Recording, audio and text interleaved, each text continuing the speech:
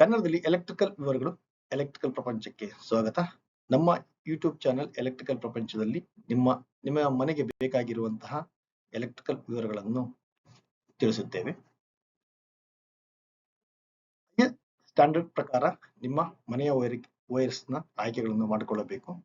ಮನೆಗೆ ಬೇಕಾಗಿರುವುದ ವೈರ್ಸ್ಗಳು ಯಾವ ರೇಟಿಂಗ್ ಇರಬೇಕು, ಅದರ ಸ್ಪೆಸಿಫಿಕೇಶನ್ ಎಂದು ಇಂಡಿಯನ್ ಸ್ಟ್ಯಾಂಡರ್ಡ್ಸ್ ಅವರು ಒಂದು ಮಾನದಂಡವನ್ನು ರಚಿಸಿದ್ದಾರೆ. ಅದರ ಬಗ್ಗೆ ಮುಂದೆ ತಿಳಿಯೋಣ. ನಿಮ್ಮ ಮನೆಗೆ ಬೇಕಾಗಿರುವ ಕೇಬಲ್ ಗಳ ಬಗ್ಗೆ ವಿವರವನ್ನು ತಿಳಿಸುವುದಕ್ಕಿಂತ ಮುಂಚೆ, ನಿಮ್ಮ ಮನೆಗೆ ಬೇಕಾಗಿರುವುದು ಸಿಂಗಲ್ ಫೇಸ್ ಪವರ್ ಬೇಕಾಗಿರುತ್ತದೆ ಅಥವಾ 3 ಫೇಸ್ ಪವರ್ ಸಪ್ಲೈ ಬೇಕಾಗಿರುತ್ತದೆ. ನಿಮ್ಮ ಮನೆಗೆ ಬೇಕಾಗಿರುವ ವೈರ್ಗಳು ಯಾವ ರೀತಿಯ ವೈರ್ ಎಂದು ಪರಿಶೀಲಿಸಿಕೊಳ್ಳಲು ಅಥವಾ ಖರೀದಿಸಲು ಮುಂದಿನ ಹೋಗೋಣ.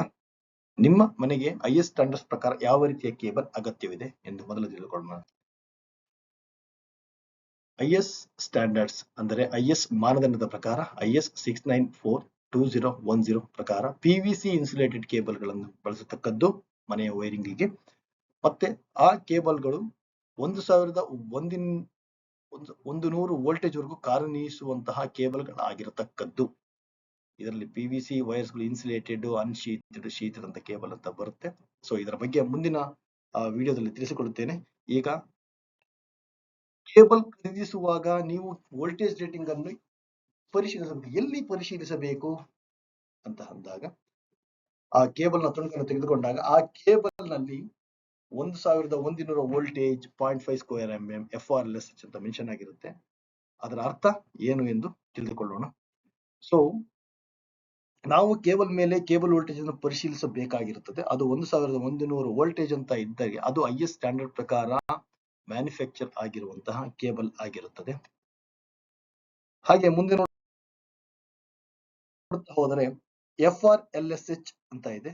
FRLSH ಅದು ಅಗ್ನಿ ನಿರೋಧಕ ಶಕ್ತಿ ಇರುವಂತಹ ವೈರ್ ಅಥವಾ ಕೇಬಲ್ಗಳು ಎಂದು ಅರ್ಥ.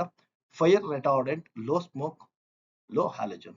So fire retardant, low smoke, low halogen ಬಗ್ಗೆ ಮುಂದಿನ ಒಂದು ವಿಡಿಯೋದಲ್ಲಿ ಯಾವ ರೀತಿಯ ಕೇಬಲ್ IS ನ ಮಾನದಂಡ ಏನು ಹೇಳುತ್ತೆ ಅನ್ನೋದನ್ನ ನಾನು ನಿಮಗೆ ವಿವರವಾಗಿ ಹೇಳುತ್ತೇನೆ. ಮುಂದೆ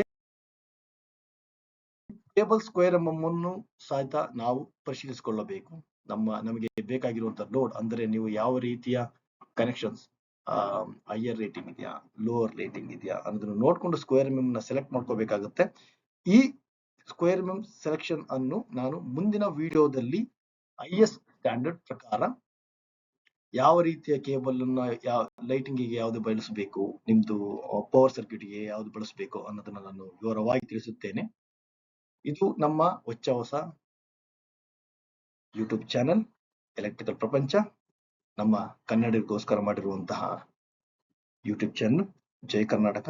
ನಿಮ್ಮ ಮನೆ ವೈರಿಂಗ್ ಗಾಗಿ ನೀವು ಇಮೇಲ್ ಅಥವಾ ವಾಟ್ಸ್ಆಪ್ ಮೂಲಕ ನಮ್ಮನ್ನು ಸಂಪರ್ಕಿಸಿ. ನಾವು ನಿಮಗೆ ಉತ್ತಮ ಪರಿಹಾರವನ್ನು ಒದಗಿಸುತ್ತೇವೆ. ನಿಮ್ಮ ಕುಟುಂಬದ ಸುರಕ್ಷತೆಯು ನಮ್ಮ ಅತ್ಯುನ್ನತ ಆದ್ಯತೆಯಾಗಿರುತ್ತದೆ.